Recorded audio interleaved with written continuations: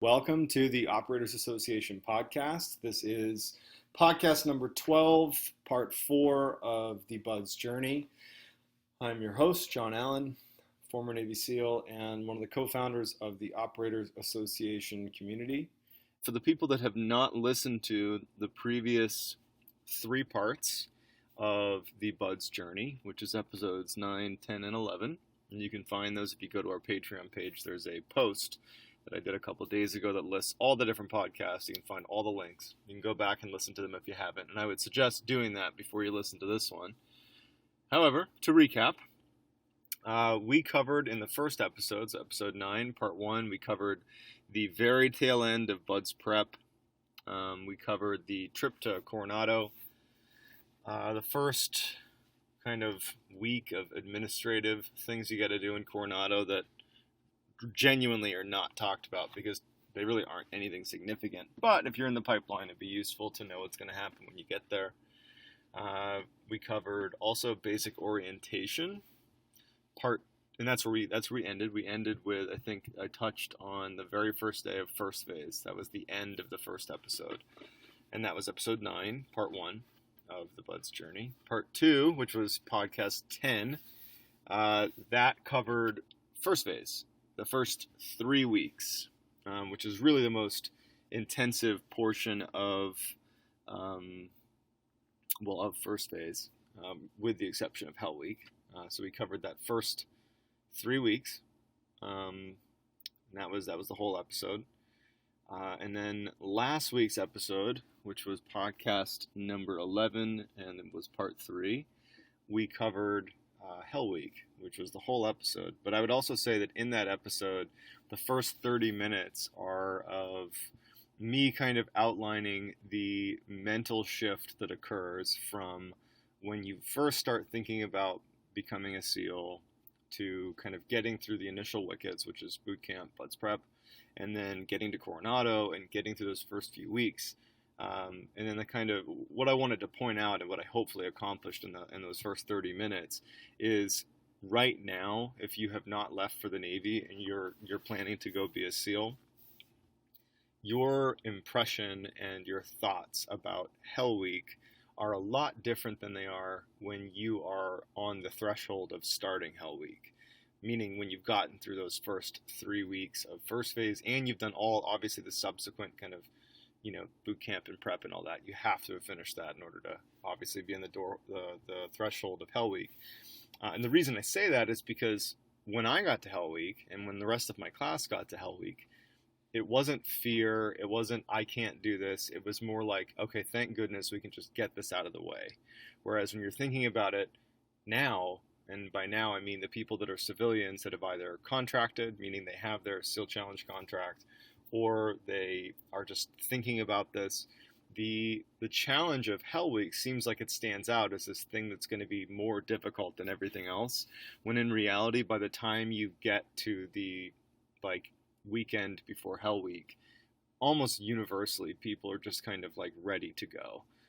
It isn't I know I'm going to be successful. It's more like, you know what, the past 3 weeks have been brutal. I've been in the pipeline now for months, and I'm ready for this thing. So that's just an important distinction coming into Hell Week. And then that episode, the last week's episode, podcast 11, part 3 of the Bud's Journey, then the first 30 minutes is that mindset shift, and then the following 60 minutes is all about Hell Week. And I did a little disclaimer at the beginning, but just to reiterate, my memory of Hell Week is at best spotty. I remember the beginning breakout and the kind of early portions of it really well. But then just because you are awake for 5.5 days, there's just spottiness to my recollection of Hell Week. And for all I know, some of the things that I told in that last episode may not have been totally accurate. I tried to be very transparent and tell it as I remember it, but take it with a grain of salt because it's coming from someone that did it years ago. This was in 2011. I went through Hell Week, and I'm sure my memory has changed slightly, but I'm sure it's close enough that it captures the kind of feel and the kind of core of what Hell Week really is. And so the way that episode ended is I talked about how when you finish up Hell Week, you're proud and you get your brown shirt and you go to sleep, and there's a lot of really good stuff that happens when you finish Hell Week. And I even mentioned that the instructors do actually treat you a little bit differently. You go from being a white shirt, you have not passed Hell Week, to being a brown shirt, and it's really the first time that you have almost been selected in a way as being someone that is worthy of continuing in this course. It's like the first really major thing that separates that group of people from everybody else, and the instructors recognize that. That said, there is a test that you have to take in first phase after Hell Week. So, for this episode, I am going to talk about the final 3 weeks of first phase. So it goes, the first 3 weeks of first phase are the, physical training, like brutal, boats and logs, everything that you see on TV. The fourth week is Hell Week. And then you have weeks 5, 6, and 7. And those 3 weeks are really not talked about online. Can you find information about them? Definitely. But those 3 weeks really are not what people think about when they think about first phase, because first phase, to everybody who's writing about it or thinking about it, they're thinking about those first 3 weeks and they're thinking about Hell Week. And the reality is those final 3 weeks of first phase, there's really only one significant thing that you have to do. And the majority of people do end up passing it. It isn't like it's some huge attrition thing. But, it is worth mentioning that it's fairly significant. So what I'm going to do is I'm going to talk about those 3 weeks with a focus on the test gate that you need to pass. It's called Lifesaving. And then I am going to get into second phase. And for second phase, really, and before we even get into it, second phase is really broken into 2 sections. You have section 1, which is everything leading up to pool comp. So it's really, it's just pool week. It's like dive familiarization into pool week, which is all open circuit training that culminates in pool comp. And then once you finish pool comp, you've effectively graduated that section of the course, and you move into the second half of second phase, where you go and do Drager diving, which is closed circuit, like real diving. And it's actually probably the first time that you're actually being taught something in BUDS, because really most of BUDS you're not really being taught much of anything. They may frame things as being things you're learning, but the reality is the learning portion really happens in SIL qualification training, which happens after BUDS. BUDS is really just selection. But we will try to get into second phase as far as we can get. It shouldn't be nearly as complicated or really as I guess intense or hard to describe as first phase can be. Because second phase is much more kind of clean cut. Like the standards are pretty clear, and everyone kind of knows what to get into or what they're getting into. And you have a group of people that are just fundamentally they're much more likely to be successful because they passed Hell Week. So, okay, so to kick this thing off, I'm going to pick things up right after Hell Week and talk about those 3 weeks, and we'll get in second phase. So after Hell Week, you definitely have that weekend because you secure on a Friday. Everybody takes that weekend to recover and eat and tell their family that things are great. You definitely have you have strange mood swings in the back end of Hell Week. They do warn you that depression is not uncommon following Hell Week, just because it does such a toll to your body.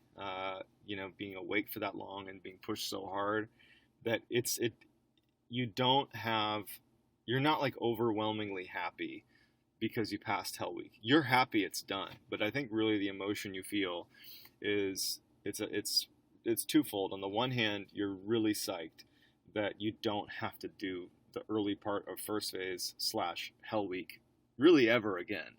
Because if you get rolled at this point in training, they'll start you post Hell Week. They won't make you start all over again. And so that's a relief. It makes you feel like you've made very real progress at this point.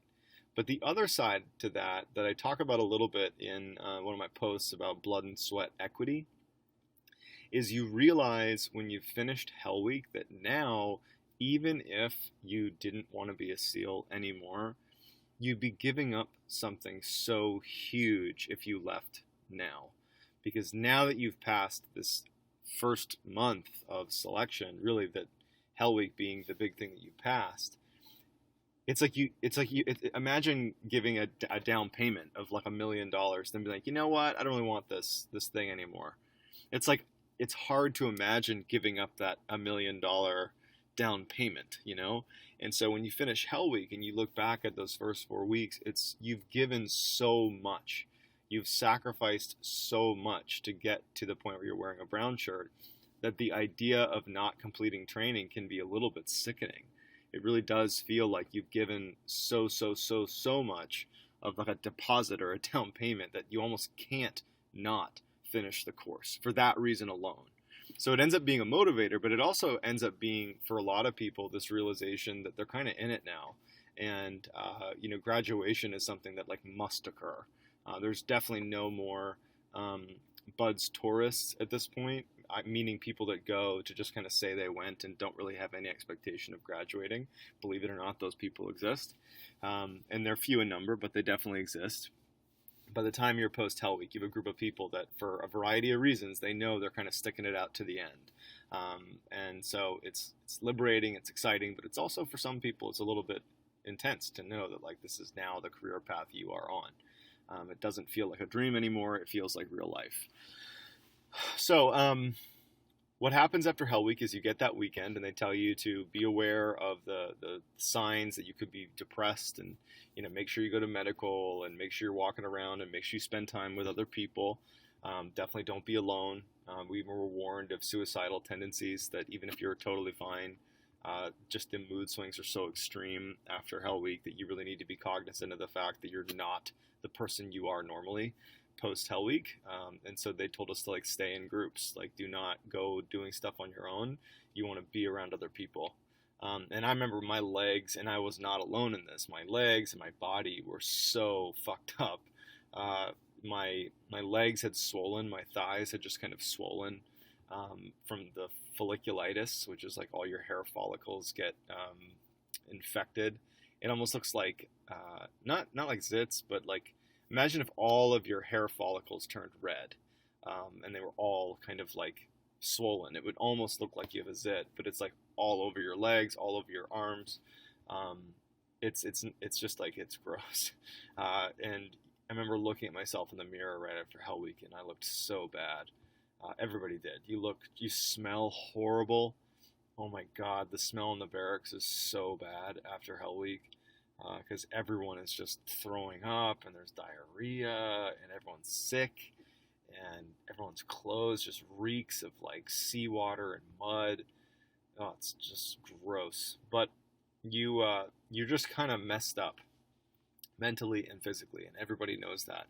And so the week following that weekend, the first week after Hell Week, is called Walk Week. And it is the only time in buds where, instead of wearing boots and running everywhere, because you do run everywhere in buds, even if you're doing what's called the buds shuffle, which is like this hilariously slow run, you're still running everywhere you're going. So during Walk Week, you actually don't run at all. You walk everywhere. And you don't do, and this I don't know for a fact, but I just think that this has got to be true. I think it's the 1 week where you don't do a timed O course, you don't do a timed run, you don't do a timed swim. You're kind of like almost, this is like the week to relax, if you will. But it's also during Walk Week that you go to the pool. You actually spend a lot of time over at the pool preparing for the test that you take the following week, which is called Lifesaving. So believe it or not, you have to pass the American Red Cross Lifesaving test in order to be a SEAL. You have to like pass this test. There's like actual standards to it, and I think it's the same test that you would take if you were trying to be a lifeguard. So it is the same test where you have to do these different holds and learn how to rescue a drowning victim to the standard of the Red Cross, but it's conducted by BUDS instructors in BUDS. And so, as simple as it sounds and as straightforward as it sounds, I'll get into the test itself. It is not what the American Red Cross does for really any of their test taking. This is the extreme version you do in BUDS, but you go practice the actual skill, the actual 3 types of holds during walk week. You go to the pool, and you are not being like pushed under. You're not being screwed with.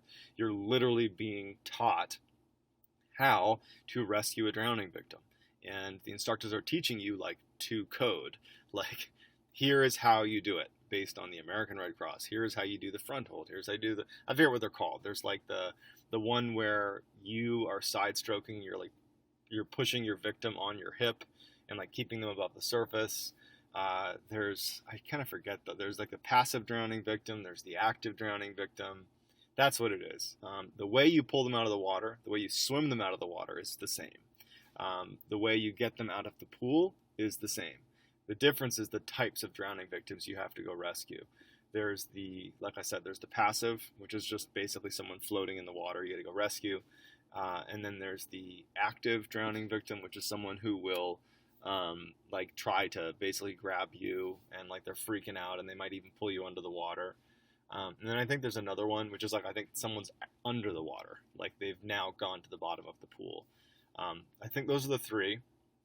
But during walk week, really there's 2 things that you do during walk week. There is going to the pool, I think at least a couple times that week, to practice these different holds. And the instructors go in the water, and it's super low-key. Like, you jump in, and you go, and you rescue them, and it builds your confidence up like crazy. You're like, oh, dude, this is so easy. Like, all I got to do is, like, swim in there, grab a guy, pull him out. It couldn't be easier. And my recollection, it was that. It was like, wow, like, this is walk week, and I'm just fine doing this. This is totally easy. And then the other thing you do is called the Hydrographic Survey, and it's like a holdover from like the UDT days at the SEAL teams, when like literally the SEAL teams did like hydro reconnaissance and would like survey beaches and figure out where like mines were and how deep everything was. I'm not going to get into it because it's not a test gate. It's basically you're given these really kind of like almost archaic tools to like go out and test the different depths of the water, and like how to like come in off the water and do a reconnaissance of the beach. None of it is really difficult. It's just kind of like being taught a fairly simple thing. You're taught how to like sketch the beach and like how to identify different things.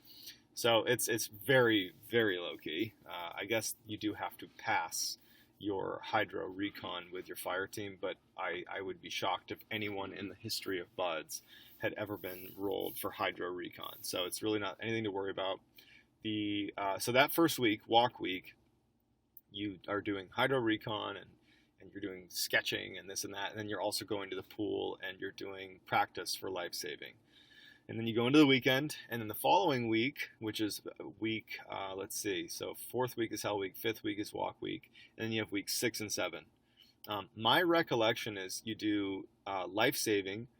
The first kind of day of Lifesaving happens that week, so week 6, on like Friday.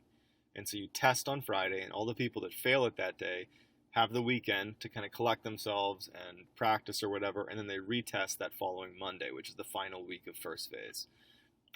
That's typically how they do a lot of tests in BUD/S. They'll test on a Friday, and then there'll be a retest day the following Monday. That's true in pool week. That's true. Let me think. I think probably in third phase when you're doing some of the demo tests and stuff, I think that's probably how it works, but I kind of forget. But definitely for Lifesaving, you get that as well. Oh, in first phase too, when you're doing knot tying and drown proofing and all that, they do it on a Friday, and you retest on that Monday. Anyhow, so fast forwarding to the test itself. So the week 6, this is the week following walk week, you are back to boots on, regular BUD/S stuff. You're doing your timed runs, timed swims, O courses, everything. You're back to BUD/S. I would say that this is where some classes have screwed up. And this is really something that, in theory you have some control over, but really you don't, which is like, if your class has a generally kind of bad attitude, or they're like doing stuff that's pissing off the instructors, they might bring boats and logs back for this week 6 and week 7. Typically the boats and logs are retired after Hell Week, and you won't see them again. But there's definitely been classes that have, gotten in trouble, and as a result, were punished with boats and logs during week 6 and week 7. So just be aware of that. Again, it's not really something you should concern yourself with, but normally you don't see them again, but some classes they do. But so you're back to kind of the swing of things. You're doing your swims, you're doing your runs, you're doing like random beatdowns because that's part of buds. And then you do Lifesaving. And so Lifesaving, the way it works is you get to the pool, and they have the pool broken into 4 sections, and there's 4 different lines, and you're lined up along the long side of the pool, looking across it the short way. And in each lane, even though there isn't like markers set up, there's just 4 lines, there are instructors that are in the water. And my recollection is you need to pass, I think, either like 3 out of 4 or 2 out of 3 tests that you take. I think that's how it works. Don't quote me on that, but there's some percentage you need to pass. And the way it works is, and I'm going to get into the test itself, but you basically go in the water when it's your turn. You perform the type of rescue that you're supposed to perform. They're not going to tell you like, hey, by the way, you're going to take the passive, victim now. You get in, you get in the water. And I think you have to like tread facing the other direction. You're like in the lane, but you're facing your classmates who are looking out at the water. And your back is turned to the instructor that you're going to be rescuing. And so someone on the pool deck who's an instructor will tell you to turn around and go save your victim. And so when you turn around, you have to either respond to an active drowning victim, a passive drowning victim, and and save them. And so obviously, what really happens is you get in the water. Oh, I'm sorry. So you'll do your little save, and then when you're done, they'll tell you if you passed or failed. And oftentimes it's really just a matter of, did you literally get your instructor out of the pool? If you did, you probably passed. If you didn't, you probably failed. And so once you do that, you go over to the head instructor and you tell them what type of save it was and whether you passed or failed. So that's kind of the flow. And you got to do, on that day, you're doing like 4 different attempts. I think it is 4, and I do think you got to pass 3 out of 4. I think that's how it works. It might be all 4 now. I might be totally wrong, but that's kind of how I remember it. So the reality of the test is you're going to get in the water when it's your turn, and you're going to turn so that you're facing your class, and you're going to be in your lane, just treading. The treading is really not a part of the test, so don't worry about the treading part. You're not going to be treading for very long. And then you're going to have to turn around and deal with your drowning victim. Usually the way it works is you tread and you're just waiting, and your instructor jumps onto you and chokes you out, brings you under the water and chokes you out. Now, if it's a passive drowning victim, which again, because I told you that this is a Red Cross thing, they literally have to do a passive drowning victim. It can't just be instructors wrestling you to the bottom of the pool over and over again. You, in order to get certified as, Red Cross Life-Saving certified, you have to do at least 1 passive drowning victim. But the passive drowning victim that you're going to get when you turn around is going to be at the bottom of the pool, and they're going to be completely dead weight. And they probably are going to use instructors that have amazing breath holds. So just understand that everything's extreme here. But usually the way it works is, if you're doing the active ones, they're going to jump on you, and they're going to be choking you out, pulling you into the water, and you're supposed to elbow them as hard as you can. And this is like full strength. Like, they're not telling you to hold back. You elbow them. I forget what the technique is, but they're going to give you a technique where you turn your head and basically drive your elbow or something into them. And if you're doing it wrong, they'll continue to fuck with you. If you're doing it right, even if you're not as strong as your instructor, they will loosen up on you. So they're looking for you to actually follow the procedure that you're given. It's not a matter of, can you literally take the 300-pound instructor and subdue them and bring them to the surface and save them? Because everybody knows you can't, because they're going to pick the biggest guys for this, the instructors. But if you're following procedure and not giving up, the instructors will play along at some point, and it'll happen relatively quickly. The people that really struggle, and I'm going to get into my own experience, and I definitely really struggled, it's panic, but it's more like you're not following the procedures they gave you. You're just wrestling. If you end up just wrestling with your instructor, you're going to lose. And you're probably going to redline. And redlining is when you pass out underwater. So my suggestion going into your life saving is that there's two things to consider. One, if you have a great breath hold or if you're comfortable in the water, life-saving won't be that hard for you. There are people that probably barely even remember life-saving because they're like, oh, that was so easy. Because even if you have someone who's jumping all over you and like choking you out and splashing you with water and stuff, if you just like go low, grab them by the waist, like go real tight to them and like kind of follow their procedures, which by the way, I forget what the procedures are. The instructors will do what they're supposed to do. They will not just fuck with you until you drown. It's the people that do not follow procedure and just kind of like just start randomly grabbing and like doing stupid shit that they will continue to fight you until you pass out or give up. So just know that going in, that no matter how crazy it is, if you're doing what they say to do, no matter how big they are and how small you are, they will concede. They totally will concede. And I learned that after I got rolled and was in the next class doing life-saving. I just did what they told me to do, and life-saving was, I wouldn't say it was easy, but it was so much more doable and simple. So my own experience was I actually had what's called SIPE, which stands for Swimmer-Induced Pulmonary Edema. It's relatively common at buds. I got it in Hell Week. I wasn't aware I had it. I kind of blew off medical on the back end of Hell Week because I was so eager to get to my bed and sleep, and I was like at the back of the med checks line, and I was just stupid and just was like, I'm just gonna go to sleep, and I just did the minimum kind of medical check. I didn't there was basically a way to sneak out, and I did, and so I noticed that I was having a really hard time keeping up with the class during walk week when you're walking. You're not even doing anything. And I remember I was unable, or not unable, but I felt like it was way harder to walk and keep up with the class than it should be. I mean, we're walking at a slow pace, like going to and from different things we had to do. And I noticed that it was like really hard to breathe, but I didn't think much of it. I just kind of assumed that it must be just typical post-Hell Week stuff. When I got to life-saving, I remember feeling like completely pathetic in the water. Like I would go in for a save, and I felt like I couldn't even like move my arms. It was like I was drowning. I was trying really hard, but it was like I was completely spent. And my thought was not, I must have something wrong with me. It's, I'm a fucking pussy. Like, I can't do this. Like, I'm literally going to fail buds because I actually can't perform these rescues. I'm being manhandled by the instructors. And by the way, I was panicking. I was noticing that I didn't have enough strength, so I wasn't following procedures. And I was just fucking butchering this test. And the instructors were like literally like pushing me away and like not even letting me come near them. Like I wasn't even able to even do each of these saves. And so I failed it, and I failed life-saving. And I wasn't shocked. I failed it the first day. And I remember my, the head instructor, who was our proctor, he like pulled me aside and was like, you got to get your shit together.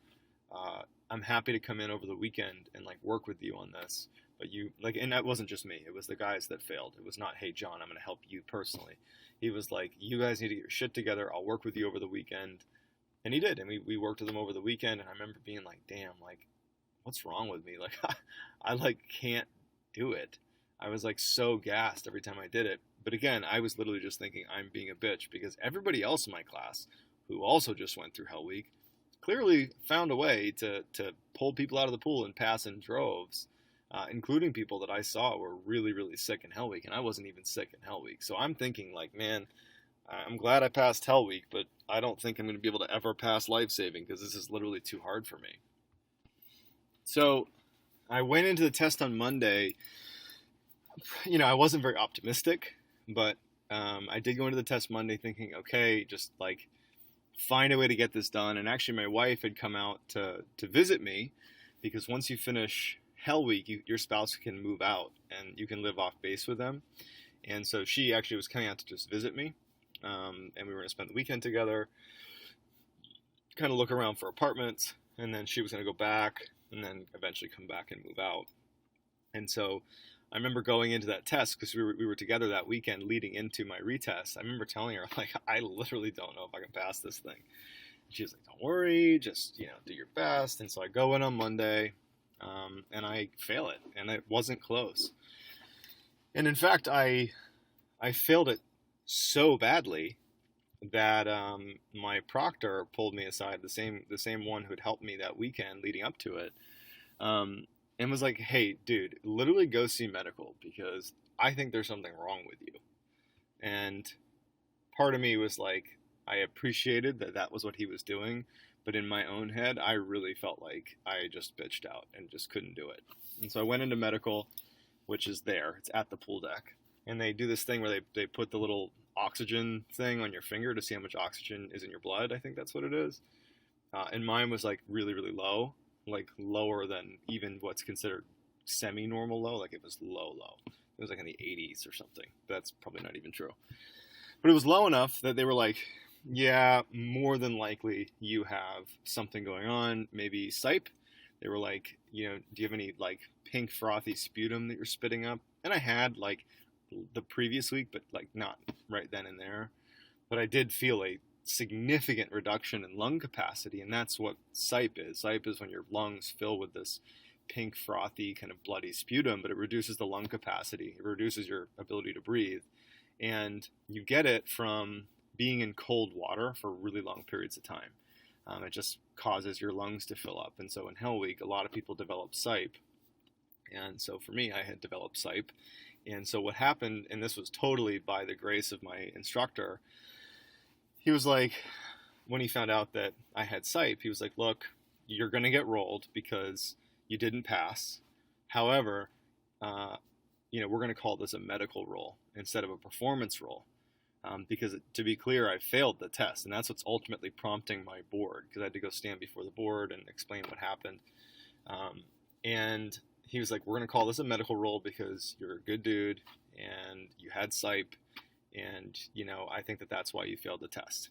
And he was like, I'm giving you a silver bullet, because when you get to second phase and you get to pool comp, a lot of people get rolled for that, and if you've already been rolled for performance here, and you fail pool comp in second phase, you'll get dropped. So he was like basically giving me an opportunity to get rolled a second time for performance if it came to it. And you'll find out that sure enough, I used that silver bullet in second phase.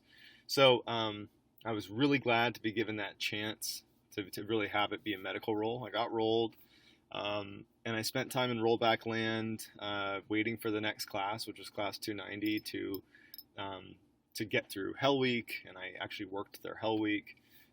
Supporting them, giving them Gatorades and stuff. And then basically I was set to join them post Hell Week in first phase. And anyways, I was just in rollback land.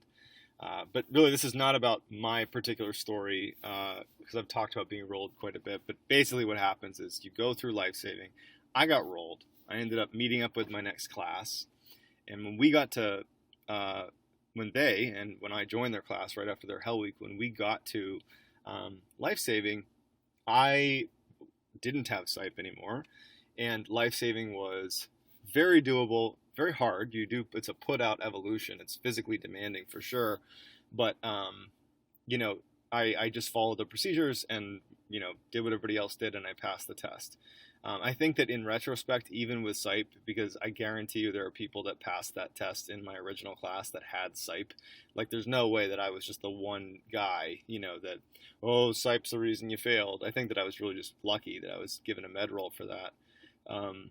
I think that if you follow the procedures they give you for Lifesaving, I think it's, even if you're really sick, you can probably pass that test. But you got to be really intentional about following the procedures and not just trying to wrestle, because that's not what you're supposed to be doing. They're going to try to wrestle you, but what you need to do is be the lifesaver. You need to follow procedures, do what they tell you to do, and you will pass. So you do your Lifesaving test, and that's the Friday of the 6th week. That's the first set of tests, and then the following Monday of the final week of first phase is the retest day. And so after that Monday, and everyone who has passed is moving on, and anyone who's failed gets rolled or dropped, depending on how many times you've been rolled already. And I don't remember exactly the flow of that final week, but I know you got to do, one more run, one more O course, one more swim at the standards for first phase, which I forget what they are off the top of my head. And I do think they're actually a little bit faster. You need to be a little bit faster after Hell Week. I think that's true. But you basically do turnover with the next class. So you meet up, your leadership of your class will meet up with the leadership of the class that's finishing second phase. So in our case, when I was in class 290, they were turning over with class 289 who had just finished, and they kind of give you some pass down, what you should know about each of the instructors, and then you end up doing you turn in a bunch of your gear in that 7th week. You turn in you actually don't really have that much gear at all. I think you're just issued gear for second phase, but it's just kind of a relatively administrative week. And I think you do meet your second phase instructors, or at least your proctor, who's going to be with you in second phase. And so basically, once you finish Lifesaving, that really does kind of mark the end of first phase, even though you have a few days left. So that's first phase post Hell Week. The big thing being Lifesaving, but I guess the takeaway here is if you're following procedures, even if you're messed up, you can pass this test. And so now we're going to shift gears. We're going to move into second phase. So the biggest thing about second phase is the culture inside of that phase is a lot different than first phase. I would say that first phase and third phase are very similar in the way they are run. They're definitively different types of training, but they're similar in the level of just kind of anger and vitriol kind of being spewed at you from your instructors, and it's just super intense. Second phase is like relaxed. And I think that the reason it's relaxed is because water really is the great equalizer. Everyone's going to be so stressed out, at least the people that are uncomfortable in the water, which is pretty much everybody. Even the strong swimmers are stressed, at least at the beginning. Water is such a stressor in and of itself that there really isn't a need for the instructors to be hyper intense and screaming at you. Because just being asked to do some of these tests in second phase, which is the water phase, that alone is really stressful. So you'll see why. You'll get there, and the instructors are just more relaxed, and they're just looking to just kind of like put you in a position where you have the opportunity to pass these tests and learn what you need to learn, and you just got to pass the tests. I mean, that's kind of second phase in a nutshell. If you just pass the tests, that's all you got to really worry about. You're not going to be like harassed all the time like you were in first phase by your instructors. You might even have more of a friendly relationship with your instructor staff. That said, there definitely are some beatdowns that occur in second phase, but to be honest, they're kind of scripted, and you do them like a handful of times. The majority of the time in second phase, you feel like you've made a big transition to something new. You feel like you're doing something that, is reflective of the fact that you've proven that you are tough enough to be there, And so the way it works is, and I mentioned this at the beginning of this episode, you do the first part of the class, the first part of the phase, I should say, is all about getting into pool week and then completing pool week. Pool week is where you do all these underwater tests using open circuit rebreathers, which are like your typical scuba tanks, right? Like the Twin 80, just big, massive tanks on your back, doing stuff with those, where bubbles are pouring out of them, the whole thing, right? It's like literally, if you went scuba diving in like the Bahamas, the tanks that you're using, if you're using a single 80 or a Twin 80, it's the same thing, right? So you basically learn to do these things in the pool with these tanks. Very specific procedures. You're taught everything ad nauseum, like what you need to do in order to pass the test, and then you go do it. Also, part of pool week is the 5-minute tread, which I'll get into. And then if you pass all of they're called OCs. There's OC 1, 2, 3, 4, 5, 6, 7, 8. It stands for Open Circuit Test 1 all the way through 8. If you pass all of those, and OC 8 is colloquially known as pool competency. It's the big one, right? If you pass all of those, you are done with open circuit and you move into closed circuit, which is the Draeger, which is the actual rig, the diving rig that you use at the team, and it doesn't have any bubbles that escape it. It processes your CO2 and scrubs it and turns it into O2, and you breathe pure oxygen, and it's like stealth diving, right? So you don't get to touch the Draeger and do like that type of diving in second phase until you've completed the first half, which is, pool week. And so the defining moment there's 2 difficult tests in second phase. Everything else is, to be honest, really easy. There is the 5-minute tread, which is, there's definitely some technique to it. But people are able to do it without fins. Every class, somebody like takes on the challenge of doing it without fins, and they can do it. Like I've seen multiple people pass the tread with no fins on. It's a 5-minute tread with tanks on your back, and people can do it without fins. That's insane to me, but it's doable. So like it's technique. And then the other one is pool comp. Okay, so and also by the way, in second phase you do a 5-mile ocean swim, as well as like a 2.5-mile ocean swim. Might even be longer than that, but I'm pretty sure it's 5 miles. It's all it is just you just go out and swim for a really long time. It's not even hard. It just sucks. But so this is the way second phase works. You check in, and it's actually at a different building. So on the Buds compound, there's kind of like the first phase area where you have the grinder, and you have the first phase barracks. You have, that's actually kind of that is the first phase area. When you finish first phase, and you finish and you go into second phase, they move you out of that first phase barracks. And for my class, when I was there, they moved us to the barracks called 618, which when you go into the Buds compound, instead of turning left to go towards the grinder and the first phase barracks, you turn right, and there's this kind of nice little, pretty actually big, like almost college dorm that overlooks the water, and that's called 618. That's the name of the barracks, and that's where all the people that have at least finished first phase go. So first phase, if you're in second phase, third phase, that's where you live. I'm almost positive that's been changed. So just, I don't know where you're going to live, but you're not going to live in the first phase barracks when you're in second phase. So you will move. That's exciting. You go to your new place. It feels like really cool that, you're moving on. And you, instead of going to the first phase classroom, which is just a random classroom on the Bud side, you now go to the second phase classroom. It actually has their own little Buds grinder that is not the grinder that is famous. It's like its own little pavement spot for the second phase students. It even has the duck feed and everything.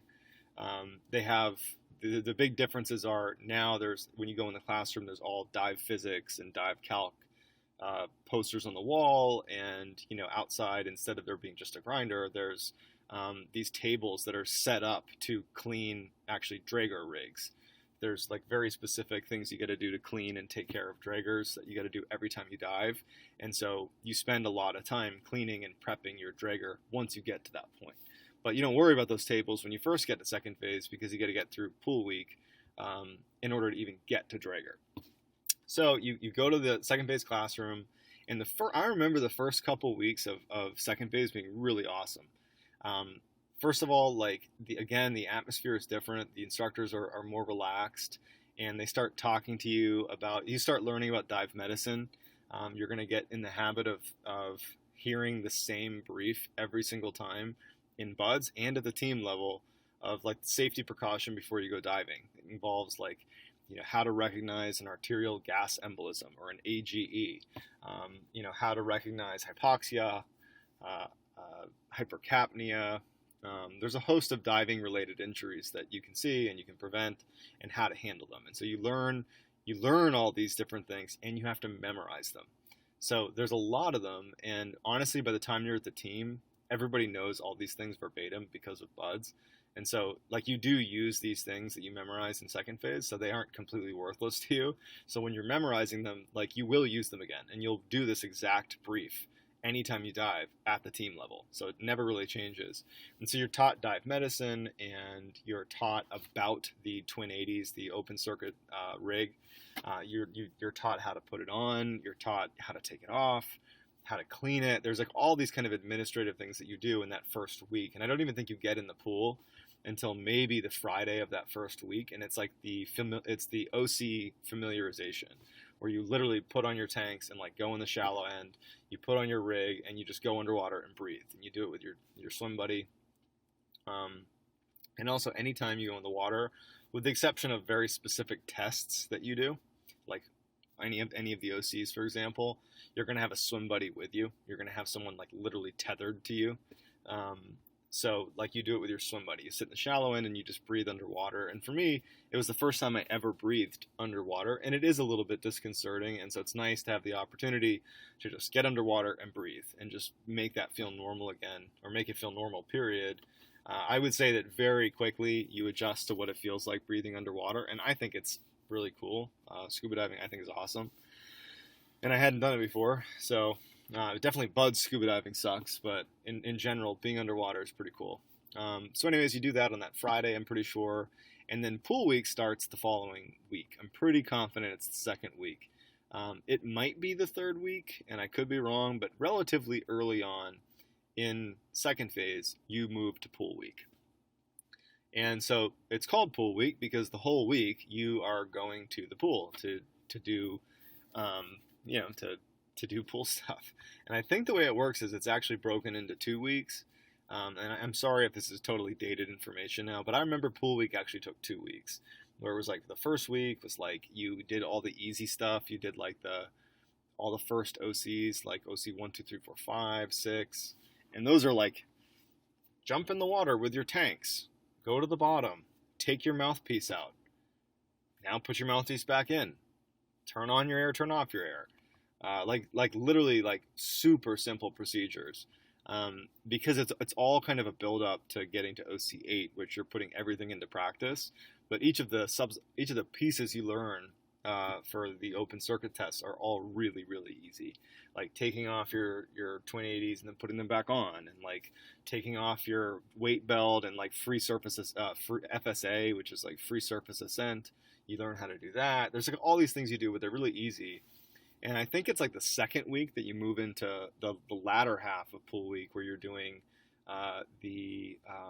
you're doing OC8. And so now that I think about it, it might actually be your first week is kind of admin. You're learning about dive medicine, and then you do your pool familiarization. And then the following week, I think pool week starts in the latter half of that week, and then finishes up in the third week, where that third week is a full loadout of testing of OCs. But either way, it's in those first few weeks that you're doing pool week. And it almost doesn't matter if it's happening the way I'm telling it right now. All you got to know is, in relative short order, you're going to be in pool week. The couple things to note about pool week is, in first phase, you're getting up, I don't know, like 5 or 6 in the morning or something. But for second phase, you actually oftentimes are getting up even earlier. You're actually showing up in advance of the instructors to prep all the dive gear. And so be prepared in second phase to have really, really early starts, in particular during pool week. And so also early in pool week, they do the tread, the 5-minute tread, which, since really the tread and pool comp are the two big ones, I'm just kind of going to gloss over a lot of the other stuff that happens in pool week. So the tread is, you get in the water, and there's a lane instructor for each person who's testing at that time. I think there's at least maybe 5 to 10 people that get in the water to do it at one time. You have fins on, you have your tanks on, you have your weight belt on, and you get in the water, and you have your instructor, who, it's funny, my instructor ended up being one of my very close friends in the teams. Like, he was my second phase instructor, and he ended up failing me for something on this test that I bring up to him now. I like give him a hard time about how he failed me for something stupid. You get in the water, and there's this procedure where you tell your instructor you're ready to start, and you go out and you kind of pat down your little life vest, because it kind of bubbles up to the surface, and you signal that you're okay, and then you put your hands out of the water and time begins.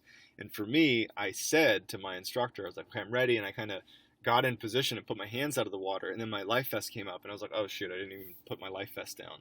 And like, in my mind, the test hadn't even started yet, and I just kind of real quick pushed the life vest down and then gave him the okay symbol with my hand, and he's like, fail, you put your hands in the water. I was like, come on, man, I didn't even start the test.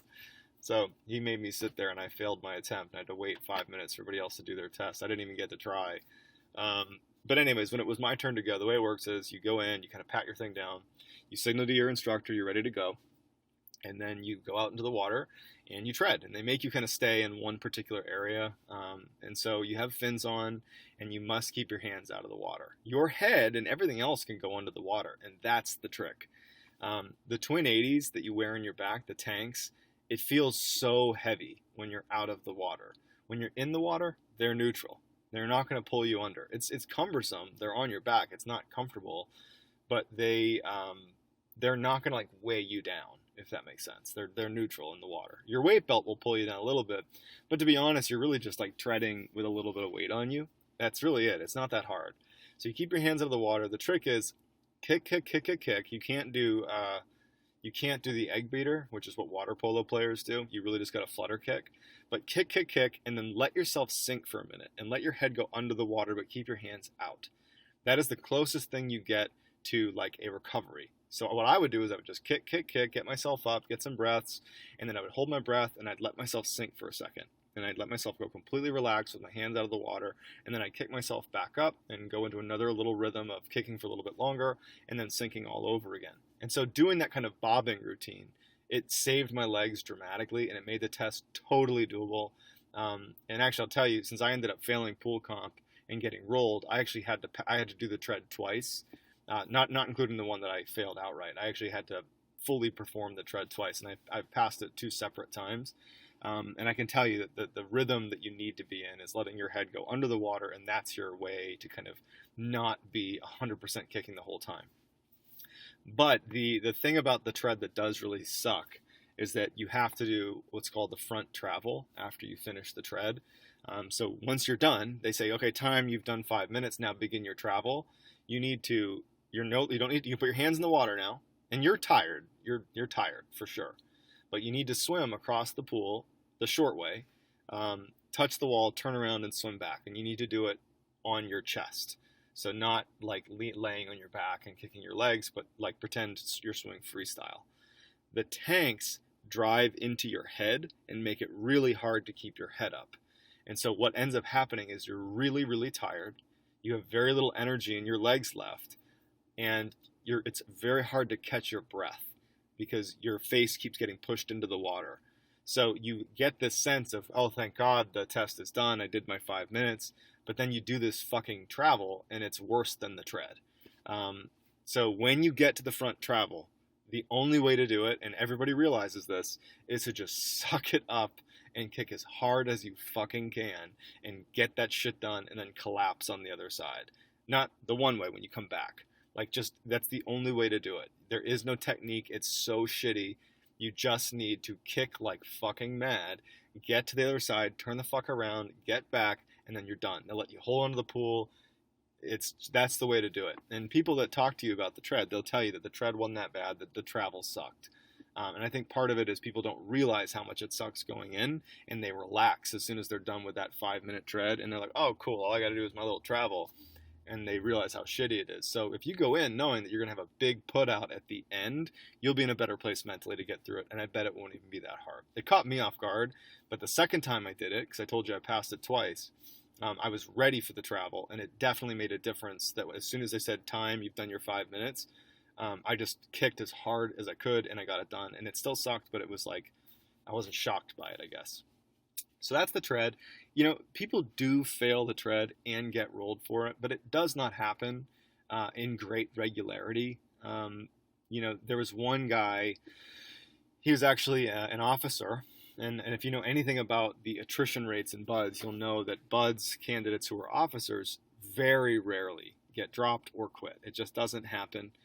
They are so heavily vetted that by the time they're getting to BUDS, I mean, this group is just really, really good. And so he trained like mad and just literally could not keep himself from letting his hands go into the water. And it was like the instructors were pulling for him. The class was pulling for him. We were like working with him and training with him, and there was not an ounce of quit in this guy's body. But he literally could not do it. It was just something about maybe the way he was built physically. He was a little bit smaller, but then again, I saw plenty of short guys pass. It was just he couldn't do it. So he ended up getting dropped from the course after, full effort. He just couldn't do it. So, I mean, that happens, but to be honest, pretty much everybody passes the tread. It's really pool comp that you see people get rolled.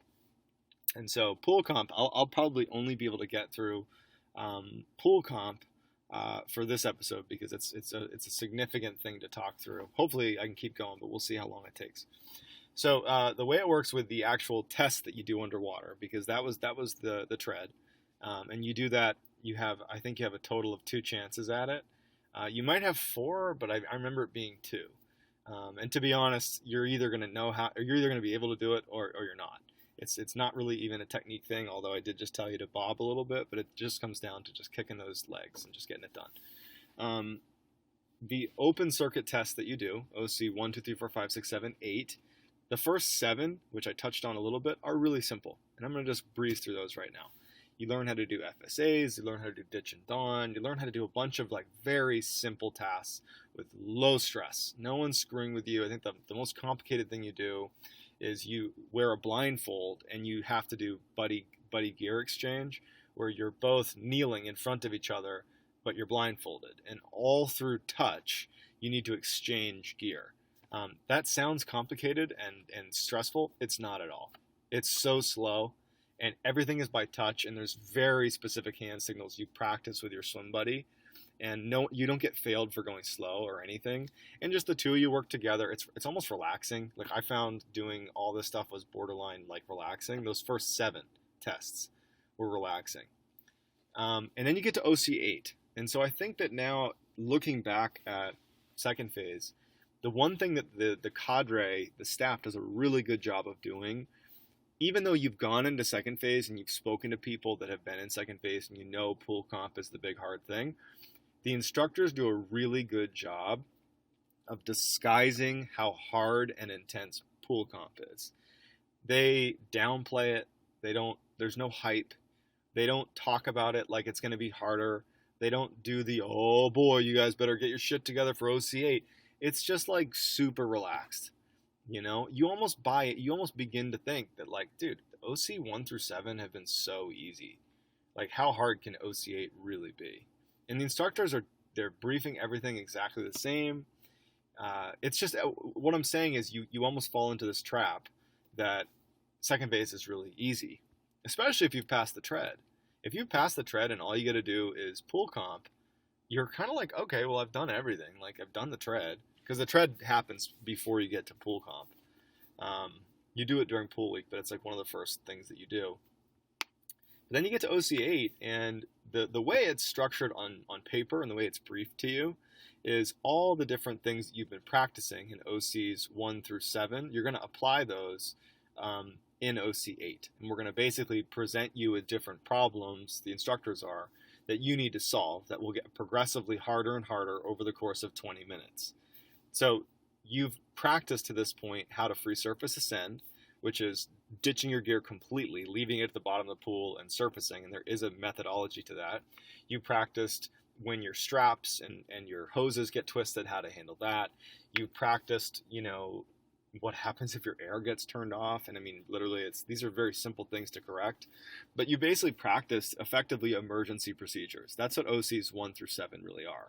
It's like you're not doing it in a vacuum. You're doing it so if you're on a real world dive and something happens to you, specifically something happens to your equipment, you are able to handle it. Like, for example, I actually did a dive at the team level. This is not like a real world combat operation, but a real world training operation where I had an issue with my Draeger and it was untenable, and I had to buddy breathe with my swim buddy, like on target, in the darkness at night, buddy breathing to get away from a ship and like getting to safety, literally getting to safety before surfacing.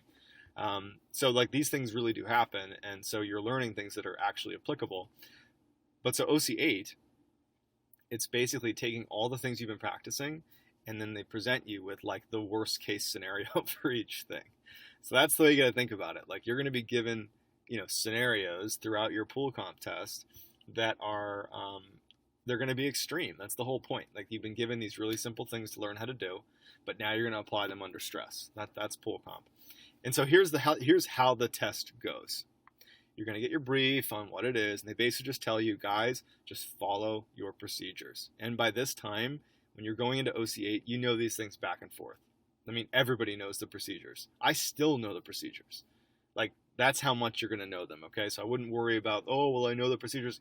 Even the dum-dums in the class knew the procedures. They're simple. They're like, follow your procedures, and when it's your turn, just like follow the procedures, and you'll pass this thing. Like, the instructors are practically being nice to us. They're like, hey, you'll pass. Just follow the procedures. It's that simple. And so you get to the pool, and OC8 is its own day, right? Like, you're not doing other things. OC8 is its own day. There are more instructors at the pool. There's more standby divers at the pool, and there's a different atmosphere. Everybody kind of knows that this is the big one. Today is the big test day. And the instructors are kind of grinning. That's the only thing they've given away, is they know that, like, even though we've been super relaxed this whole time, like, we know that this is like exponentially more difficult, and people are going to really struggle with this. And in the class, there's nervous anticipation, but it's almost like funny. People are like smiling, and I remember our OIC. He was like, when it came time to test, the way it went is you had to choose when you wanted to go. They weren't mandating, hey, you go, you're in line. It was, hey, get in a line. Like, whoever's ready to go. And if you think about it, if you've never done pool comp before, everybody's on the surface and the test happens underwater.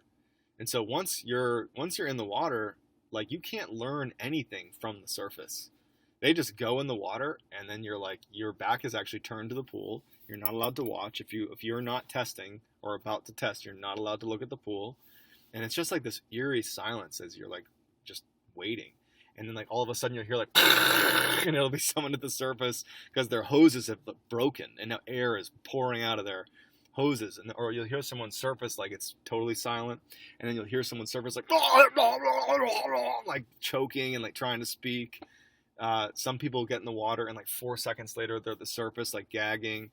Other people, it's like they're underwater for a long time. That's the only thing you have.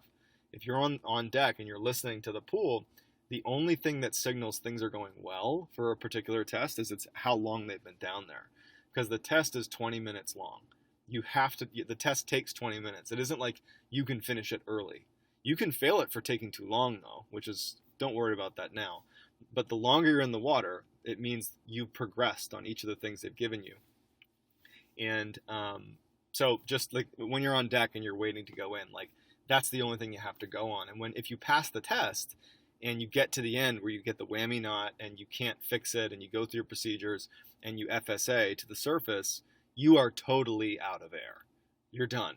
You have maxed out your hypoxic and you're done. You have no more air. But you have to get to the surface, look at your instructor, hold up the OK sign with your right hand, and say the words, "I feel fine." It's something you do anytime you're diving. When you surface, you look at your swim buddy as you come up, and you hold up the right hand and you say, "I feel fine." It's like a Navy-wide thing, and it demonstrates that you haven't lost your mind, or that something's not wrong with your brain. There's like you're showing motor control, and you're speaking, and you're looking at them in the eyes. There's a whole thing to it. But it's funny during pool comp because you're so out of air. And by the way, you can fail pool comp if you don't say, "I feel fine." Like, you did everything that was hard. All you had to do was say, "I feel fine." If you don't do it and you blow it off, people have failed the test for this, okay? But what the reason I'm saying all this is you'll hear people surface after a long time, and you hear like, "I feel fine," and like that's them passing the test. And so like it's like really intimidating on the pool deck because all you hear are these horrible sounds, and it's bizarre because the people that pass pool comp, when you haven't passed and you know someone's passed, suddenly you feel like there's this chasm between you and them, that they have done something that's so significant and you haven't, and it's a bad feeling. You're just so eager to get in the water and just get your test done, and you so desperately want to be like the guys that have passed. And you can see it in the faces of the people that pass. They know that in many ways they just became a Navy SEAL. Like, that's how low the attrition rate is once you pass pool comp. And everybody knows it. Like, there's an acronym for when you pass pool comp. It's BTG, basically a team guy. Once you pass pool comp, and I'll tell you from being an actual former Navy SEAL, if I met a kid, and I have through OA, that has passed pool comp, I don't care where they are in training, they're going to be on the teams. They're going to be a SEAL. Like, that's how significant it is. And I would treat that person I would treat them like a teammate, because that's the path they're on. It doesn't matter that they need to go through the latter half of second phase, third phase, SQT, they're going to get through it. It's a matter of just time between them becoming a SEAL or not. So it's a really big deal. And so when people pass and you haven't gone yet, it's almost painful how badly you want what they have. So that's the lead up to it. The test itself, it's really, really structured, and you're given really clear instructions by your staff leading up to it. You're not going to go in being unsure how to do the test. You're going to know exactly how to do the test. When it's your turn, you'll have your fins on, your mask on, your tanks on, your weight belt, everything. You'll have a t-shirt, your brown shirt, and your UDT shorts.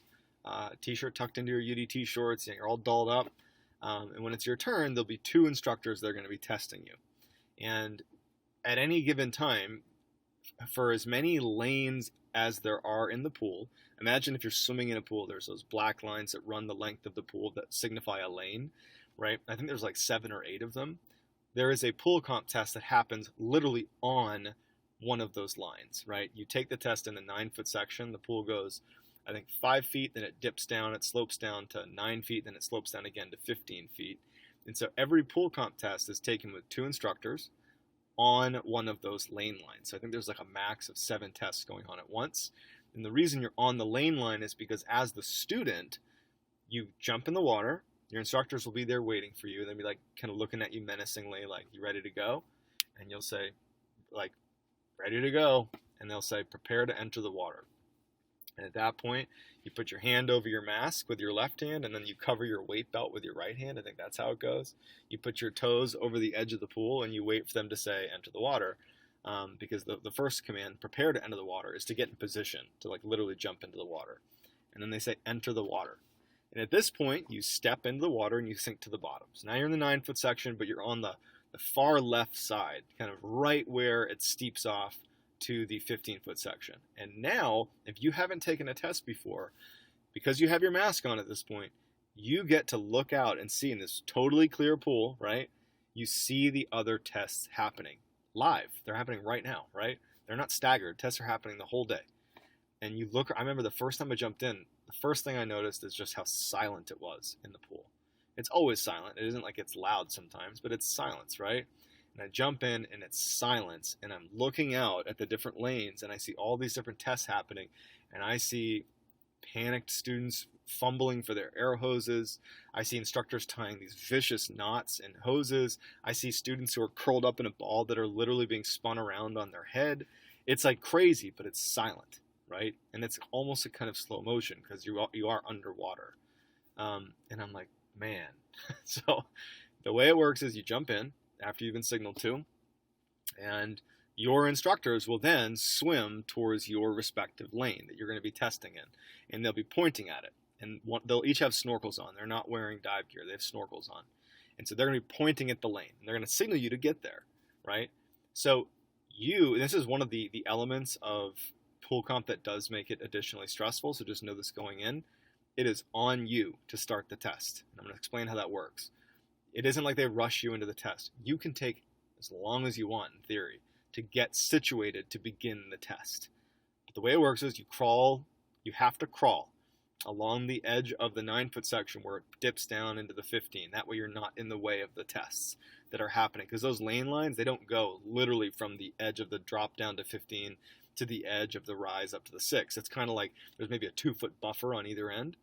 And so you're in that 2-foot buffer section, going the short way across the pool along that edge leading down to the 15, and you definitely don't walk. You crawl on your hands and knees over to the respective lane that your instructors are pointing to.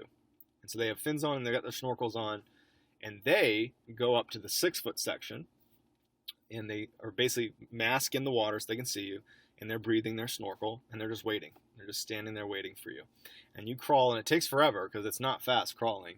You crawl to your lane, and the procedure is you crawl down your black lane marker towards the 6-foot section, and you come to a stop when you're at the end of that marker, which is, I told you, there's a 2-foot buffer. So it stops about 2 foot short of the rise up to the 6-foot. And so you're looking up at your instructors. They're looking down at you. And so the way you start the test, and there's one procedure you got to do, is when you're ready, you're going to give them the OK symbol underwater with your right hand, and you're going to turn around and you're going to start crawling away from them. But before you do that, you're going to pad out all the residual air that's in your life vest. You're going to pull your little thing that basically opens up an O-ring, and you pad out all this air, and you're sitting there just kind of testing and like checking your straps, making sure nothing's twisted.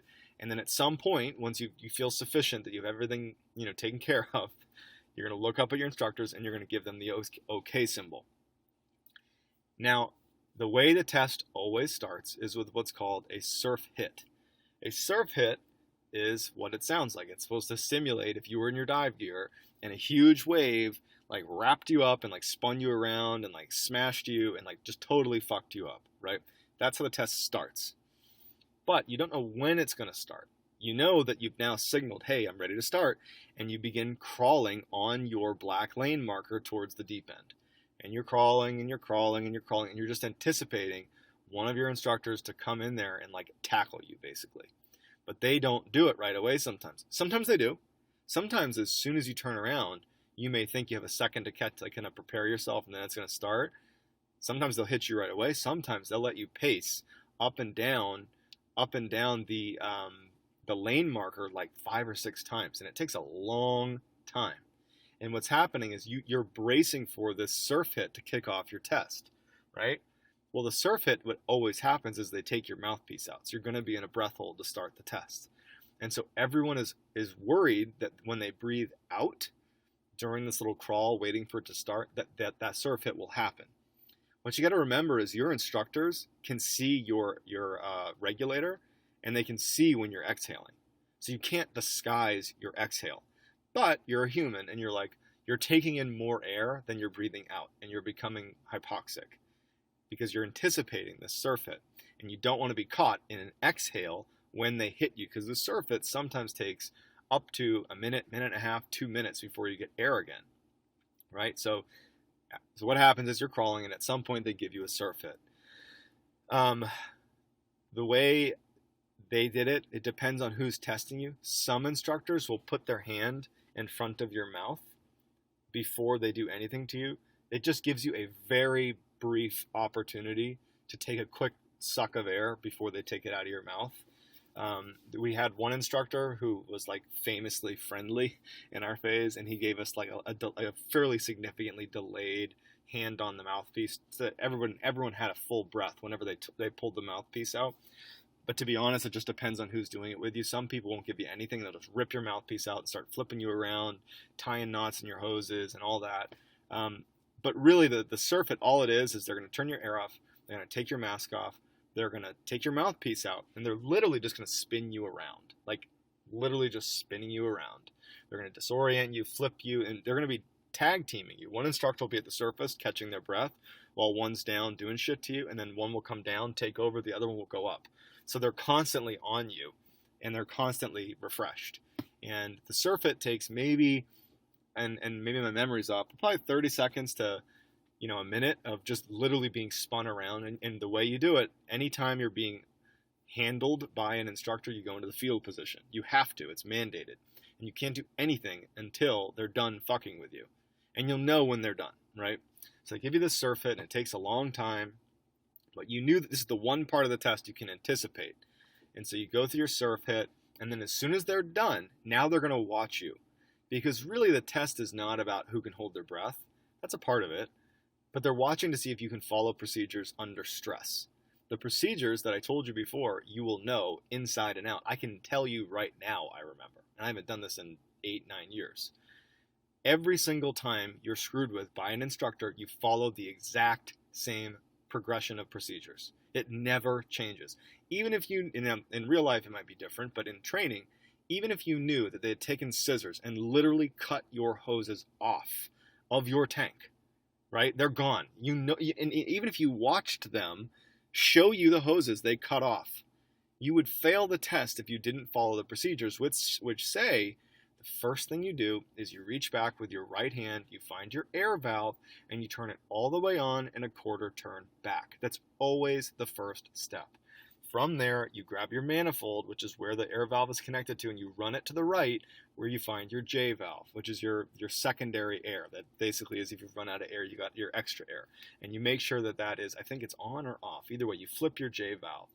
Next, you go to find your hose. And so you reach back after you've done your air and your J valve, and you grab your base of your hoses, and you trace them up.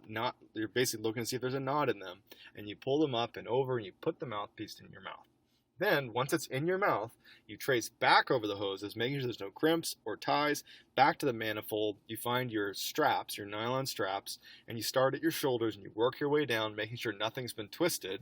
You get to your chest, where there's a strap that goes across your chest, so deviates from the main strap line, and you trace that, and you make sure that it's been threaded correctly, and there's a 3-finger bitter end. You trace back to the main straps, you trace back down, you find your waist strap, you do the same thing, you go across, you make sure it's threaded and not twisted.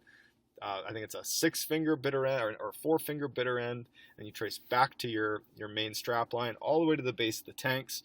From the tanks, you go to your weight belt, you trace around, make sure there's no twist, come back to the front, make sure it's closed, make sure it's right hand release. So the point is, I'm not trying to just go through it all. The progression there was I was able to put the hose back in my mouth. After the surf fit, you'll be able to do that. Once you put it back in your mouth, you still go through the remaining procedures, which is to ensure that all of your straps are straight, everything's tied appropriately, and everything's good. Every time you do that. If, when you reach back, you can't get to your air, or you can get to your air, but your hoses have been tied, there is another layer of progressions that you go through, right? So if you reach back and you cannot get to your air, let's say that happens. And this happens later in the test. We're just kind of talking you through it. You have to spend 10 seconds attempting to get to the air knob. You have to. And they will literally time you. If you reach back and they have tied the hoses all over your air valve, it's totally inaccessible, right? Let's say they've done that. You still can't skip and just say, oh, I got to ditch my gear and I got to untie this.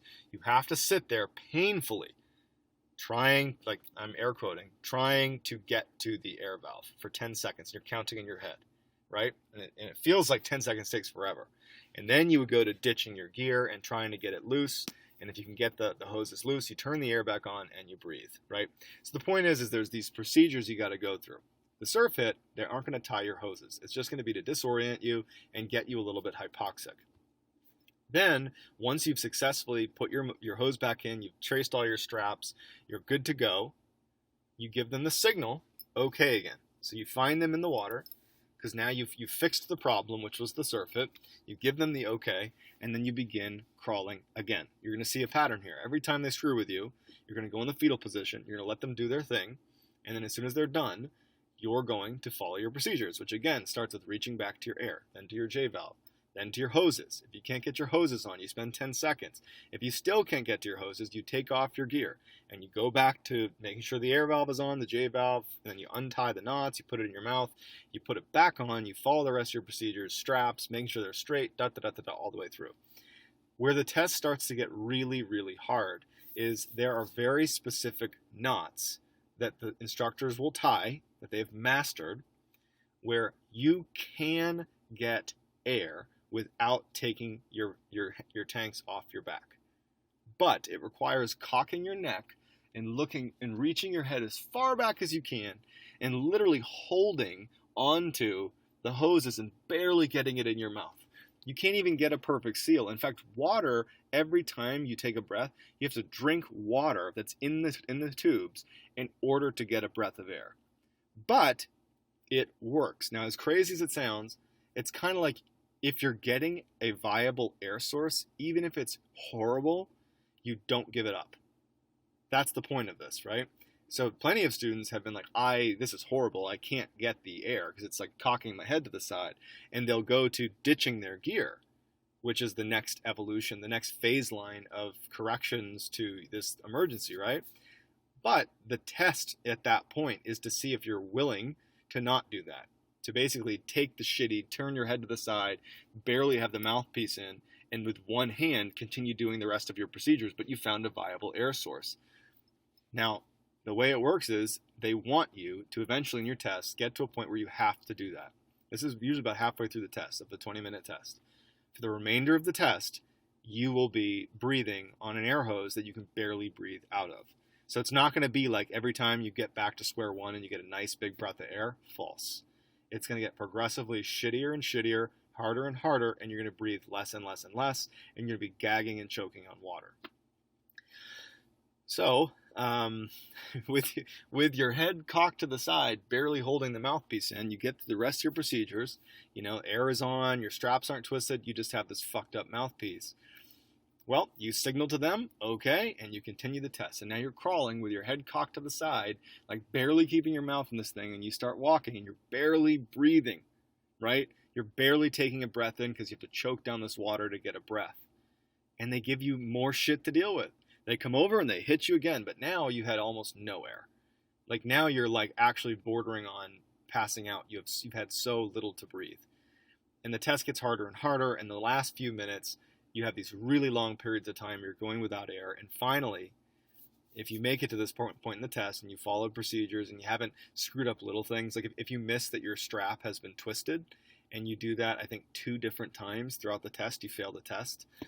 If you notice that like your bitter end is too short, or if like there's a host of very minor things that people do miss, and it's just you need to pay attention to detail, right? Assuming you haven't done that and you've done all the procedures, you get to the end, which is the whammy knot, where the instructors, it takes a minute to do this. They tie a knot, and they're trained how to do this, but they tie a knot that is actually unrecoverable, okay? You're probably going to know it's the whammy knot because you're going to start to feel fucking horrible because you're underwater and you've been without air really for a long time, and you do feel like you've been down there a long time. And they're yanking and tugging, and you're just in the fetal position, like trying not to suck in any water because you're so desperately wanting air. And finally, they tie this ridiculous knot, and that you can feel them standing on your back, yanking like a lawnmower, yanking your tubes as hard as they possibly can, tying it down so it's totally 100% unrecoverable. And so when they're done, even though you're totally like donezo at this point, you reach back and you can't turn the air on. Or you turn it on and you hear ka-chunk, which means no air is getting through. The air is on, but the air ain't going anywhere. Because if the tubes were open, the air would free flow and it would bubble into the water, right? And you go through these procedures even though you are like on the verge of passing out. You have 10 seconds to work the problem while it's on your back. Then you go to ditch. And you go to ditch and you follow the procedures, which there's very specific procedures for ditching your stuff. And now the problem's in front of you and you're working the issue. You can't, and again, even if you're looking at it and it's a ball of shit and there's no way you're going to untie those hoses and you know it and you're chicken necking because you can't, you're done. You got no air, right? You still have to spend 10 seconds trying to work the problem. If you get to that point, and I remember this well, where you know that this is the whammy knot, you've been down here a while, you have worked the problem. At this point, you feel relief. You don't want to fix that last one. You want to get to the point where you tried and you couldn't do it, and thank God this is the end of the test. Now you do the free surface ascent, where you've given up on the rig because it's unrecoverable. It's supposed to be. And you take off the remainder of your gear, which is really just your weight belt, and you place it over your tank. There's a way to do it. And then you lay on the ground like as if you're like arms out to the side like a cross with your thumb pointing towards the surface. So you're laying flat to the bottom of the pool. Your thumb is up. That signals to the instructor that you have ditched your gear, and they've been watching you, and they know this is going to happen, and you're ready to free surface ascend. Because you're diving mixed gas and compressed air, you can't just bolt to the surface, and that's a big deal. You can actually, basically, air can push out of your lungs and get into your body and can actually kill you. It's very rare, but they're very conscious of dive safety, and so they have to literally manually, your instructor who just put you through this test, they grab you, and you can only ascend to the surface at the speed of a bubble in the water. So imagine if you're at 9 foot of water, and you just blew a little bubble. How long would it take for that bubble to get to the surface? Pretty quick, but it would take a minute. They manually raise you at the speed of literally the bubbles next to you, and they actually punch your stomach, literally, to get the rest of the air in your body out. At this point, I remember being like, I'm going to pass out. Totally. Then you get to the surface, you have one more thing you got to do, and it's you put your right hand up in the OK symbol, and you say, I feel fine.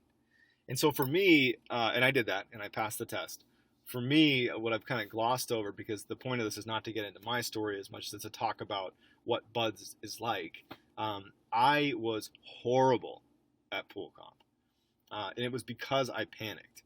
It wasn't because I didn't understand. It wasn't because, I was screwing up little things. It's because I panicked. It's because I would plant my feet and try to bolt to the surface because I was out of air and panicking. Like, that's why I failed.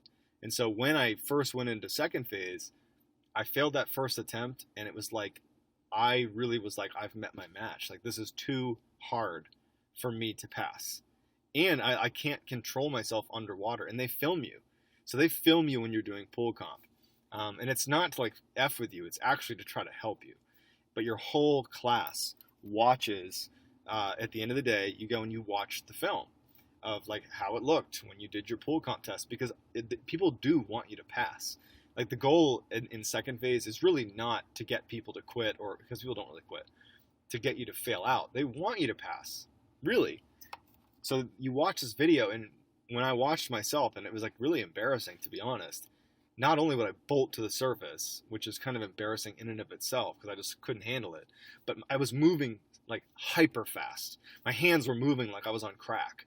Like it was so clear that I was not relaxed.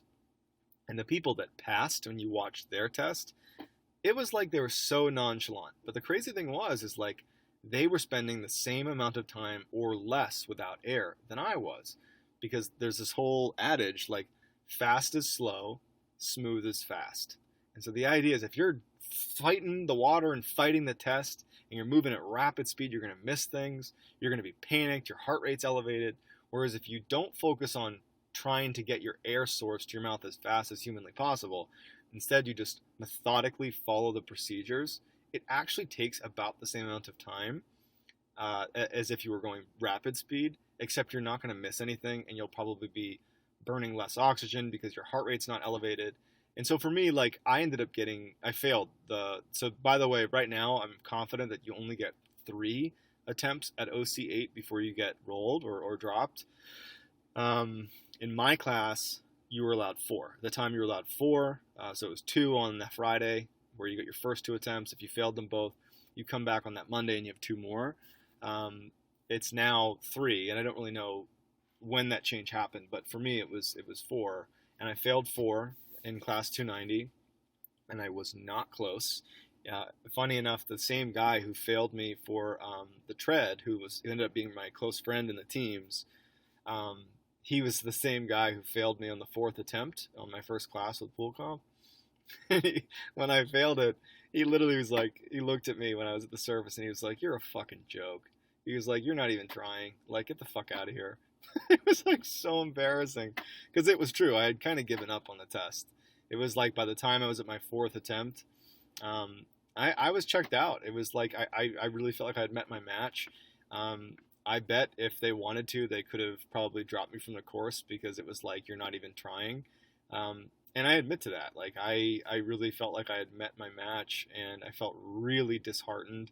It was also like, I hit on it earlier, like it was so painful to see my classmates who had passed, just because it was like I would have paid any amount of money to have what they had, which was they passed this test, and I failed it, and so I had failed. I failed Lifesaving, and it was turned into a medical role. And when I went into the board for pool comp, failing pool comp, they were like, "You are really lucky that your instructor literally put in notes that you were a good dude, and they changed it to a med board, because right now this would be your second performance fail, and you should be being dropped, because that's the way it works. You fail twice, you get your 1 performance roll, but if you fail something else, you're done, right?" And for me, they were like, "Look, you're lucky. You're extremely lucky you're getting this other chance. Most people wouldn't get this."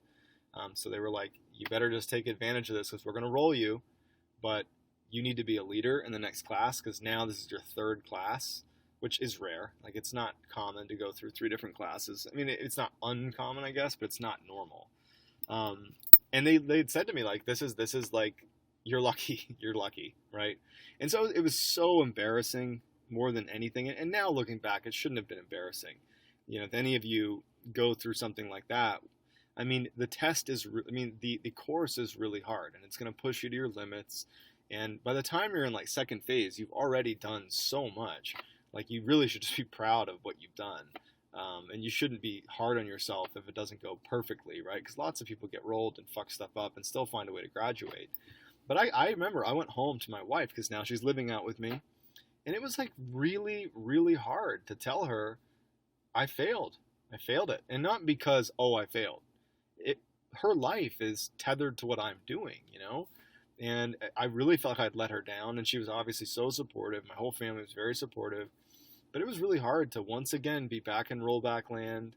And, it was tough being the guy that had been rolled twice, because getting rolled once is super common. Getting rolled twice is not. That's not super common. And unfortunately, being rolled more than once, it gives you the stigma of being a shitty bud student. Even if it's not true, getting rolled twice is not, it's not okay. And so I felt like I really had to prove myself, and not just pass, this next class in pool comp, but like, I needed to like be a leader in the class. And so it took a lot to kind of build up my confidence and, kind of get back in the buds mindset when I did. And then, of course, I get into the next class. So now I'm in class 291. And I joined them at the start of second phase because I had passed Lifesaving and everything. So I started in second phase with them. And, I believe I was a leader with the class. I was volunteering for whatever I could. I was offering whatever advice I had. Much in the same kind of way that I'm describing things to you guys now. Like I was real humble and said, look, I was terrible at pool comp. So here's my 2 cents on it. But I practiced a bunch. There's a way to kind of practice pool comp. And I really felt confident, going into this class. I was like, you know what? I'm not going to let this get to me. I'm going to, just do my best. And I'm going to pass it and move on with life. And so we get to pool comp. And because I had been really such a leader in that class, and I'm really not afraid to say that that's how I was viewed, because I know I was, people were really anticipating me blowing pool comp out of the water. Like no one, even for a second, thought John, was going to struggle with pool comp. It was like, no way. This guy's like the guy leading the charge here. And so I also felt very confident. So when I went into pool comp, I failed the first 2 attempts of pool comp. And it wasn't panic. It was procedure. I was so almost overconfident with pool comp because I really felt strongly that I was going to pass it, that I was kind of rushing through what I wouldn't have rushed earlier when I was taking it for the first time, which is when you get to checking your straps, you got to make sure your straps are straight. When you get to, there's just things that I was missing because I was just overconfident and rushing. And so I got fairly far into both tests, like 10 minutes and like 15 minutes, and failed it because of procedure. And so I had to go through another weekend of staring down,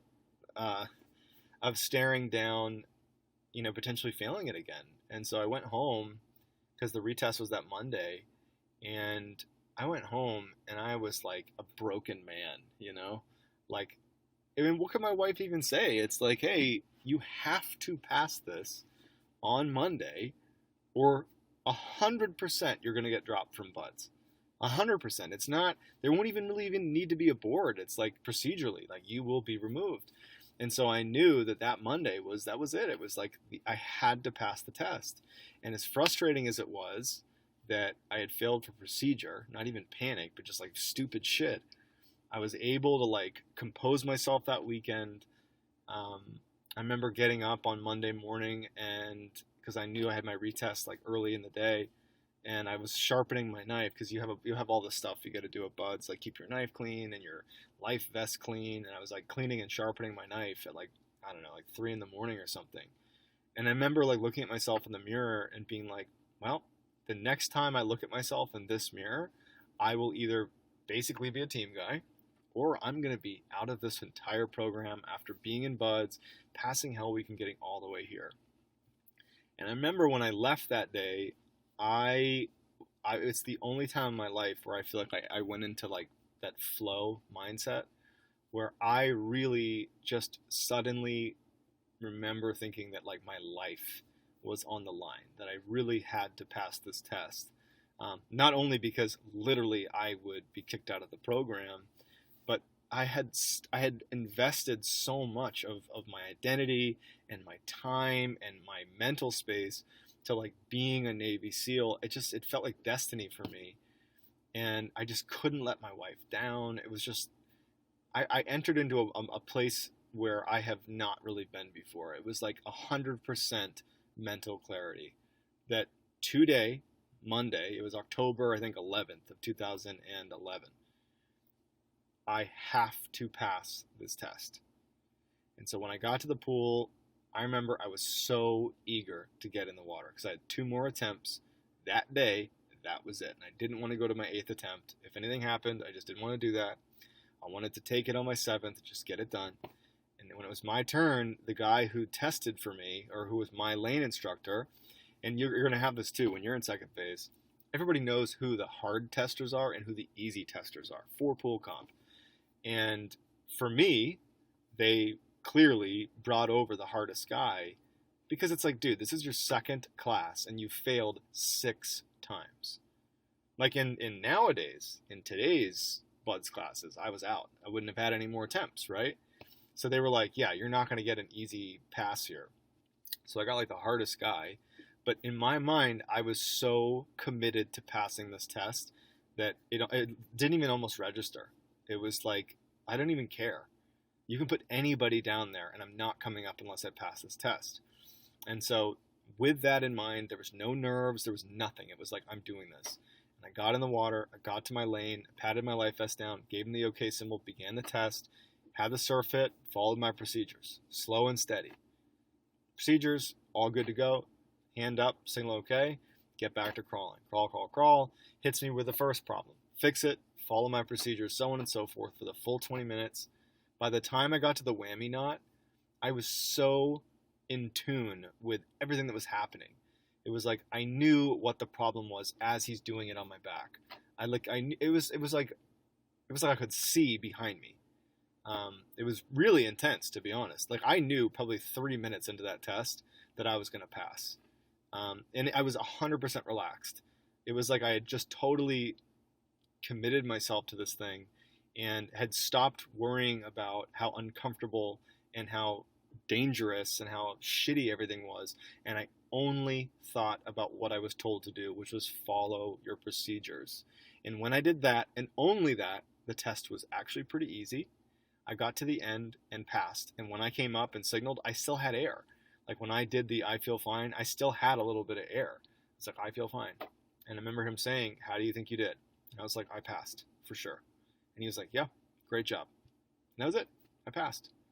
And I told my wife the other day, there's been really like a couple times in my life where I have cried tears of joy, like uncontrollably, not sobbing, but like tears have come to my orifices. I've cried because I was so happy. And when I passed pool comp, I remember going to the shallow end, because there's a whole procedure once you pass where you take your stuff off and you check in. Yeah, that and when my first child was born, those are the only 2 times that I've cried tears of joy. The sense of relief I felt when I passed was huge.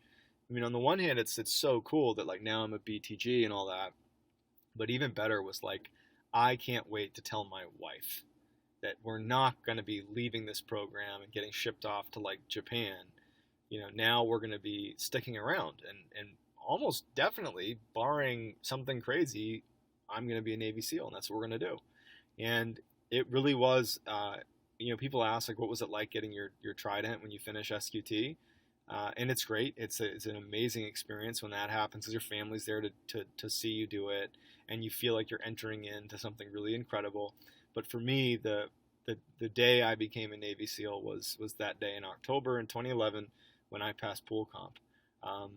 And it's still like it gives me goosebumps thinking about that day. And so the takeaway for me from pool comp and going through that experience, there's a couple things you can say, but number one, you cannot be so hard on yourself. If you're still in the class, regardless of circumstance, then you still have a chance. If you've been rolled once, twice, whatever it is, it does not help you to focus on the fact that you've been rolled or how embarrassed you are about it. You know, it's like the only thing you can do is just like move forward and do the next thing. So if you get rolled, do not be super hard on yourself. Reach out to me. I'll talk to you. I'll talk you through it. I've been rolled twice. I know what it's like to get rolled. It's shitty, but you can't focus on it. You need to focus on something positive that you can change, something that you can do, right? And then part 2, specific to pool comp, the people that pass are either really comfortable in the water, either they became that way while they're at buds, or they were coming in, and for them it was just another water evolution. They followed procedures and that was it, right? Like it was just kind of like, okay, I got it, I'll do it. Or people were just super committed to passing. It is too long of a test to not go in fully committed. It takes 20 minutes. You can't just wing it and jump in and hope for the best unless you're very comfortable in the water, which there definitely will be people in your class that are. You'll have people that have better breath holds than the instructors, and they can untie the whammy knot. And they'll fail the test because they're like, you weren't supposed to spend 60 seconds untying the knot. You're supposed to spend 10. You know what I mean? So there are people that are like, that was easy. There was a kid in my class who he ended up passing the pool comp. He didn't become a SEAL. He got in trouble outside of the program. But he literally failed pool comp the first time because he kept untying the knots. And the progression of the different things you have to do is there are parts of the test where you're not supposed to be able to untie the knot. You're supposed to be able to, like, with the knot in place, like I was describing before, have your head cocked and still breathe with a shitty viable air source. But he was able to, in that position, with one hand, reach back and spend like 2 minutes untying this knot and making the thing come back over his head and getting his mouthpiece. And so he failed because the test kept going in the direction that the instructor didn't want it to. They failed him for it. Anyways, but the point is unless you're one of those guys that's like a surfer guy or something, the way you pass pool comp is you go in committed. You go in with 100% commitment, and you don't think about uncomfortable, and you don't think about how uncomfortable you are. You just focus on procedure. You're going to learn this throughout training, that the best way to approach any kind of difficult thing is to find a way to compartmentalize the stress you feel about the uncomfortable factor and just focus on the things that you have control over, which are oftentimes procedural. And that's a big part of being in a SEAL team too. There's lots of things that are really, really stressful, but if you follow procedure and you make your needs secondary to the procedures that need to be executed, you'll be successful. And that's what they're training you. I mean, the things you're learning in pool comp, it is useful to know you can handle like diving emergencies. And certainly having gone through pool comp, I definitely feel comfortable underwater just because I know what I've been through with that. But more than that, like, they're really making sure that you're able to follow procedures when things are not good for you physically or kind of mentally. Like, can you still follow procedures when really you have to put your needs secondary? Like, when you're so stressed, can you say that's not as important as following procedures? Because that's the way you pass the test. And so the way you do that is you go into the test committed. You don't go in thinking, I hope this works out. You don't go in thinking, I have a great breath hold, I'll figure it out. You go in thinking, I don't give a fuck who I test with. I don't give a fuck what happens to me. I'm going to follow the procedures exactly as they were outlined, no more, no less, period. That is how you pass pool comp. And the people that do it that way, pass. It's that simple. So I'm going to stop there. I hope this has been useful. Next week, for the next podcast, because we are going to move to having 2 podcasts coming out a week. The Buds Journey will come out every Tuesday until it's done, and then we're going to introduce Zach is going to come in, and he's going to do the Q course. I'll probably be interviewing him so that I'll stay on the podcast and kind of elicit the questions and feedback we want, but we'll have him talk through the SF journey, and we'll probably do that with more people as well, but at least we'll do it with Zach. But later in the week, there will be another podcast that I'm actually going to speak to one of our members about their own journey into their respective special operations pipeline. And we'll try to get a sense of what their struggles have been and this and that. But in terms of the Buds Journey series, the next episode will cover post-pool comp, second phase, which is going to be really Draeger Hell Week, which is pain in the ass, and then you also do your long swim, which is the 5-mile ocean swim, and then depending on how long that takes, we'll shift and talk about third phase, and we'll talk about third phase up until the island. So really, I think the next 2 sections are going to be this is part 4. Part 5 will be the second half of second phase and the first part of third phase, and then part 6 will be the island, which is the final 4 weeks of Buds. And then that will be it in terms of the Buds journey. Obviously, there's a lot more that happens once you finish Buds. There's SQT, which certainly, if it's valuable, I'd be happy to do some SQT podcasting. But I think that might be that could be covered probably in one episode. just because the selection component is really gone. SQT is a training course. It's not a selection course. And so people, to be honest, you don't need much preparation. You just need to get through buds and you'll be ready for SQT. So that's what we have to look forward to. So again, next week we'll talk about second half of second phase and first part of third. And then the following week will be the wrap up, which will be the final 4 weeks of third phase, called the island, where you literally go out to an island called San Clemente Island, and you work around the clock for 4 weeks, and it sucks, and then you're done, and that's buds. So I will talk to you guys later in the week. I hope this was useful. I've really had a pleasure doing it, and we'll talk soon. Take care, guys.